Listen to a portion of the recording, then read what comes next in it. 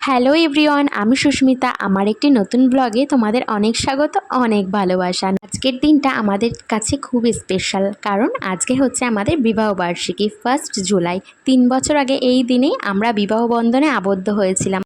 শুধু মনে হচ্ছিল এই তো সেদিন বিয়ে হলো, এর মধ্যে 3টি বছর কাটিয়ে ফেললাম। এর মধ্যে কত রাগ, অভিমান, ঝগড়া, ভালোবাসা, কত কিছু জড়িয়ে আছে।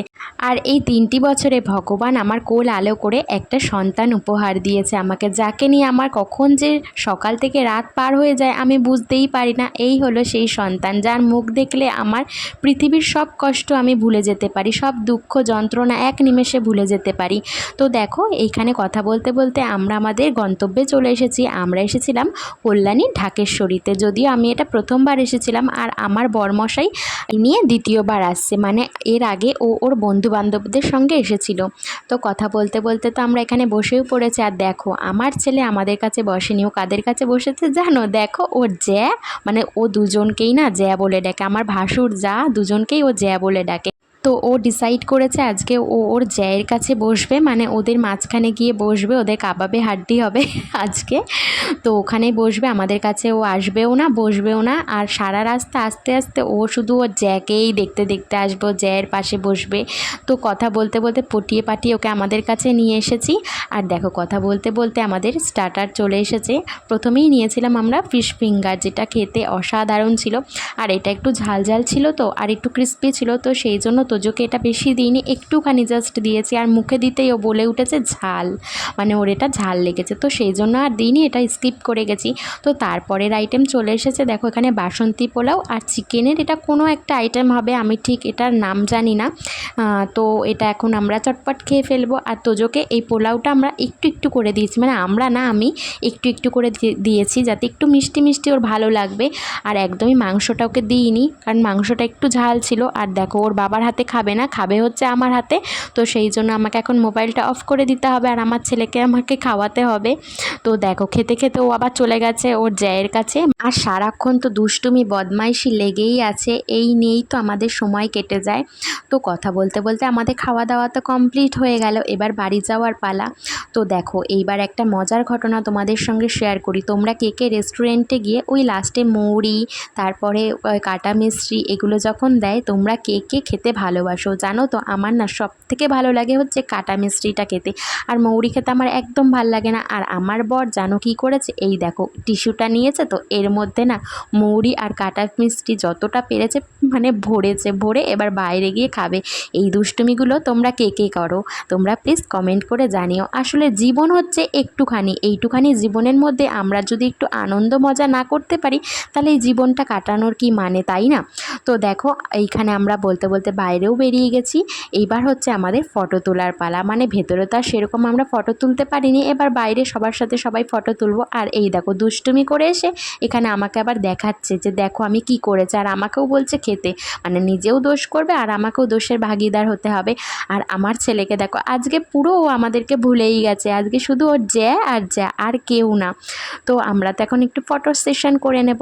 আর দেখো, ও বলতে বলতে ওর জ্যায়ের গাড়িতে উঠে গেছে, আর একটু যেতে না যেতে ও কান্না শুরু করে দিয়েছে। ভেবেছে আমি হয়তো, মানে আমি আর ওর পাপা দুজনে মিলে হয়তো ওকে ছেড়ে চলে যাচ্ছি। তো আমরা যাচ্ছি একটু আইসক্রিম খেতে, মানে আইসক্রিম পার্লারে। আমি আগে কোনোদিনও অরুণ আইসক্রিম ট্রাই করিনি, তো আজকে ভাবলাম যখন এসেছি এখান থেকে একটু ট্রাই করা যাক। তো দেখো, এবার চলে এসেছি বলতে বলতে। আর তোজন আইসক্রিম খেতে ভীষণ পছন্দ করে, আর ওর চোখে না একটু ঠান্ডা লেগেছে, সেজন্য ওকে আমরা বেশি আইসক্রিম দিইনি, জাস্ট একটুখানি ওকে দিয়েছি। ওই 5 টাকা দামে যে ছোট আইসক্রিমগুলো পাওয়া যায় না, তো সেইগুলোই ওকে দেওয়া হয়েছিল। তো ওটা খেয়েছে খুব আনন্দ সহকারে। আসলে বাচ্চার মুখে হাসি দেখলে না নিজেরও খুব ভালো লাগে, মনে হয় যে ও সারাক্ষণ শুধু হাসতেই থাক, তাই না? তো যাই হোক, আমাদের কল্যাণীতে আসার একটাই উদ্দেশ্য ছিল, যেহেতু তোজুর চোখে ঠান্ডা লেগেছিল আর ওর ডক্টরও এইখানেই দেখাই, তো সেই জন্য ওর যে ওষুধটা পাওয়া যায় সেটা না নৈহাটির কোথাও পাওয়া যাচ্ছিল না। তো সেই জন্য কল্যাণীতে এসেছিলাম যে ওর ওষুধটা নেব, মানে চোখের ড্রপারটা। আর একবারে এখান থেকে আমরা খাওয়া দাওয়া করে তারপরে বাড়ি যাব। তো এই তো বলতে বলতে আমাদের অরুণ আইসক্রিম চলে এসেছে হাতে। তো প্রথমেই তো তোজোকে দিয়ে উদ্বোধন শুরু করলাম। তোজো তো ভীষণ খুশি, কতক্ষণে ও আইসক্রিম খাবে, ওর মুখের হাসিটা দেখেই তোমরা নিশ্চয়ই বুঝতে পারছো কতটা এক্সাইটেড। তো দেখো, ও কোনো দিকে তাকাচ্ছে না, শুধু আইসক্রিমের দিকে। তো এবার তো আমাদের আইসক্রিম খাওয়ার পালা। আর আমার ভাসুর খায় না আইসক্রিম, তো সেই জন্য আমার ভাসুরই আমার ছেলেকে নিয়ে দাঁড়িয়েছিল আর আমরা তিনজনে মিলে আইসক্রিম খেয়েছিলাম। তো দেখ দিদিভাইকে জিজ্ঞাসা করলাম যে দিদিভাই কেমন আইসক্রিমটা, তো বললো সবে তো শুরু করেছি, আগে খেয়ে নি তারপরে বলছি। আর আমার বরমশাইও আগে অরুণ আইসক্রিম খায়নি, তো ও ভীষণ এক্সাইটেড এটা খাওয়ার জন্য। আর আমার ছেলেকে দেখো ছিপিতে জল ভরে ওইটা ডাস্টবিনে ফেলবে।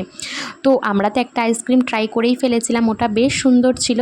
তো তারপরে না আর একটা আইসক্রিম ট্রাই করলাম যে এটা দেখি কীরকম। তো দেখো এইটার শেপটা দেখেছো কী সুন্দর। আমি তো প্রথমে ভেবেছিলাম এটা হয়তো পড়েই যাবে, তো আমি বলছিলাম সাবধানে সাবধানে, তো বললো না এটা শেপটাই এইরকম।